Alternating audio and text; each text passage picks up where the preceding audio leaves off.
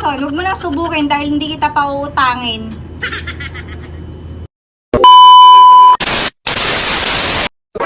Nakakagutom naman. Paano ko susuyuin si Ate Marie para makautang? Ayaw pa utangin ng bruwang yun eh.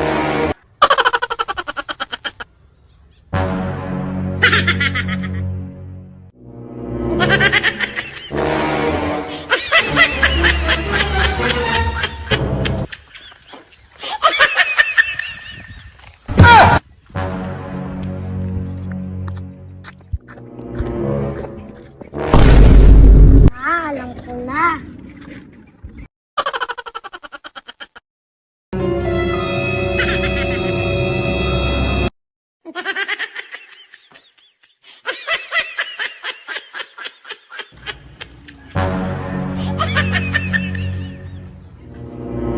Quack, quack.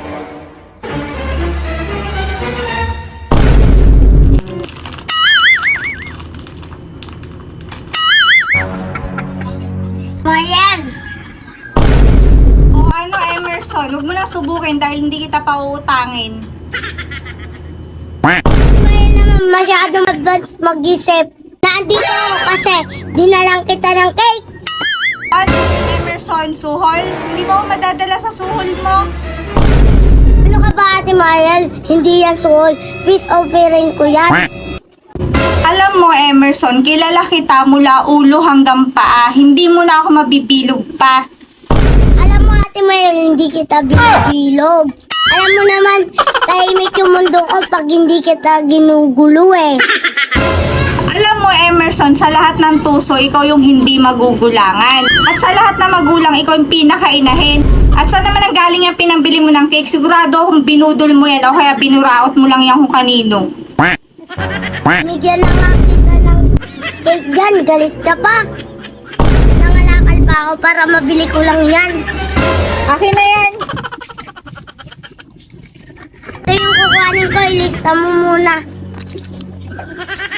Ayan na naman tayo Emerson eh. Hindi ka talaga titigil hanggat hindi ako bankrupt eh.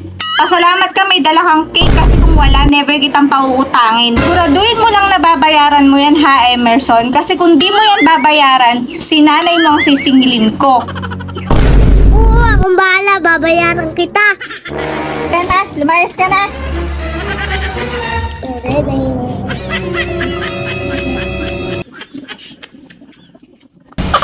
Okay lang, merienda na rin po.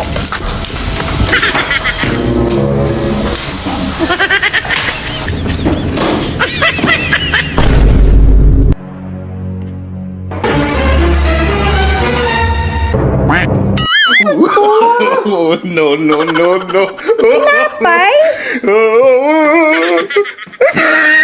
Ate Mariel, pautang, bukas bayad. Emerson, ka talagang bata ka?